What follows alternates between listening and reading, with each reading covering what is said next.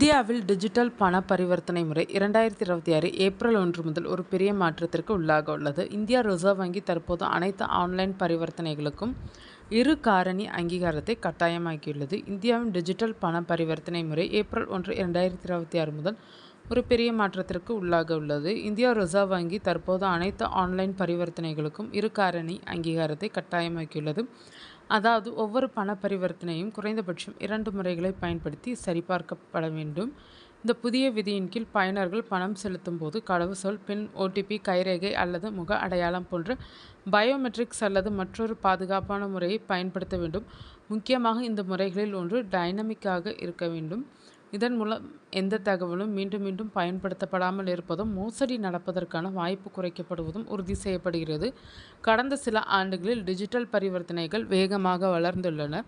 ஆனால் அதே நேரத்தில் ஆன்லைன் மோசடி, ஃபிஷிங் மற்றும் அங்கீகரிக்கப்படாத பரிவர்த்தனைகள் போன்ற நிகழ்வுகளும் அதிகரித்துள்ளன. இதன் காரணமாகவே இந்திய ரிசர்வ் வங்கி இந்த நடவடிக்கை எடுத்துள்ளது.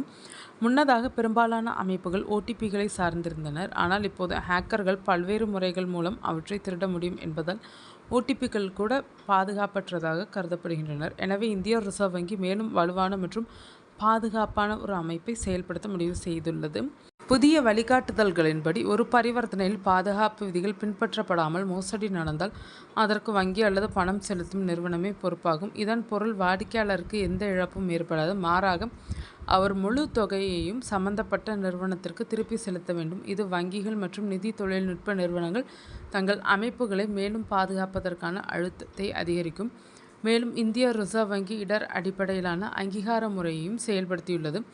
இதன் பொருள் ஒவ்வொரு பரிவர்த்தனையின் அடிப்படையிலும் பாதுகாப்பின் அளவு தீர்மானிக்கப்படும் என்பதாகும். உதாரணமாக, சிறிய மற்றும் வழக்கமான பரிவர்த்தனைகளுக்கு குறைந்த அளவிலான ஆய்வே தேவைப்படலாம். அதே சமயம் பெரிய தொகைகள் அல்லது சந்தேகத்திற்கிடமான செயல்பாடுகளுக்கு கூடுதல் சரிபார்ப்பு தேவைப்படும்.